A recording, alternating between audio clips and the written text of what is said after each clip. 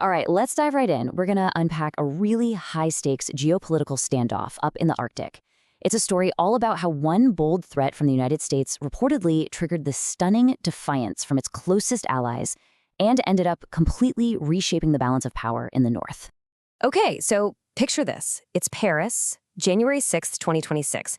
Those are the words of Mark Carney, and he's standing right beside the Danish prime minister.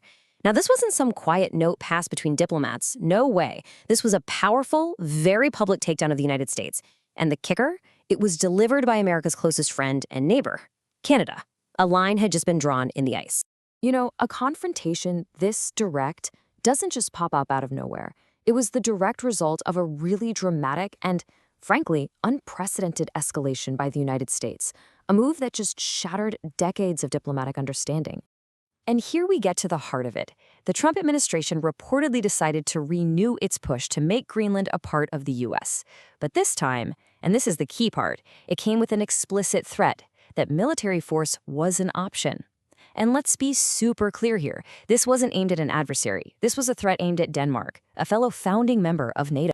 For decades, the Arctic kind of had this unwritten rulebook. The U.S. was the captain of the team, no question about it. Allies would consult with Washington, sure, but ultimately, they followed America's lead on security. And everyone knew who the main opponent was, Russia. Well, that entire playbook was about to get tossed right out the window. So you might be wondering, why all the fuss about Greenland? What's the big deal about this huge island of ice? Let's break down what makes it such a critical piece on the global chessboard, turning it from a remote afterthought into a major geopolitical hotspot. First off, the sheer scale of the place is just mind-boggling. We're talking over 2 million square kilometers, and a whopping 80% of that is covered by a massive ice sheet. And with only about 56,000 people living there, its importance isn't its population. It's all about what's on it, what's under it, and crucially, where it sits on the map. Greenland's value really boils down to 4 key things. First, its location is a perfect bridge between North America and Europe. Second, it's home to the Pacific Space Base, which is absolutely critical for U.S. missile defense. Third, it's sitting on billions of dollars in rare earth minerals. You know, the stuff we need for everything from our phones to fighter jets. And finally, as that ice melts, it's opening up valuable new shipping routes. It's what you'd call a strategic grand slam. So this threat from the U.S. was a massive gamble. The bet was that its allies would grumble a bit, but that in the end, they'd fall in line, right? Well, that is not what happened. Not even close. Instead, the sources describe a swift, coordinated, and totally unified defiance from America's closest partners. Canada's response, in particular, was methodical and really powerful. Step 1, that public statement we heard at the beginning, siding with Denmark loud and clear. Step 2, they put their money where their mouth was, diplomatically speaking, by announcing a new consulate in Greenland's capital. And then step 3, well, this was just a brilliant strategic move. Okay, so that third step, it was a diplomatic masterstroke. Seriously, Canada sent its Governor-General, Mary Simon, who is herself an Inuk leader. The message was unmistakable and crystal clear. This wasn't just about the sovereignty of nations anymore. This was about Indigenous rights and self-determination. It completely reframed the American threat as an attack on Greenland's own people, an argument that's incredibly difficult to counter. And Canada wasn't standing alone. Not at all. 7 major European NATO allies, we're talking the big ones like France, Germany, and the UK, all co-signed a letter with a message that was direct and unambiguous.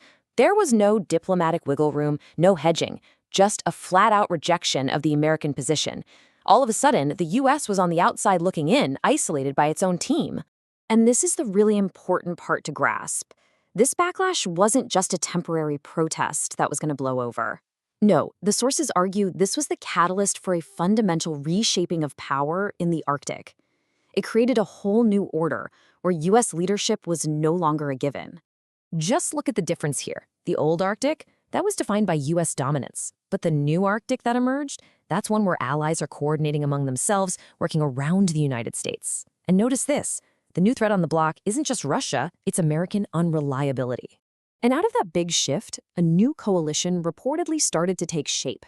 This Nordic-Canadian bloc of Arctic nations began coordinating on security and policy completely independently. I mean, these are the countries that control a huge and critical part of Arctic geography, and now they were learning to work together without waiting for a call from Washington. All right, so what's the bottom line here? What was the final score after this high-stakes gambit? We've seen the threat, and we've seen the pushback. Now let's look at the final reported outcome and focus on how this whole American objective seems to have backfired, actually weakening its own position in the region. The contrast between the stated goals and the reported outcomes is, well, it's stark. The goal was to annex Greenland. The result was a unified rejection from allies. The goal was to demonstrate U.S. power. The result was it demonstrated U.S. unreliability. Instead of solidifying dominance, the threat actually triggered independent alliances. And instead of securing resources, it inspired allies to build supply chains that bypass the U.S. altogether. On pretty much every front, the Gambit reportedly achieved the exact opposite of what it set out to do. But you know, the biggest cost here wasn't geographic or economic. It was trust.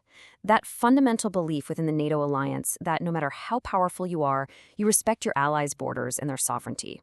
According to the sources, that trust is now broken. And once something like that is gone, it's not so easy to get back. And so that leaves us with one final critical question. We've seen how a threat to annex territory reportedly led to diplomatic isolation and the rise of new alliances. But the deeper issue here is that broken trust at the very heart of the Western alliance. So, what comes next? When that bedrock of trust is gone, what replaces it?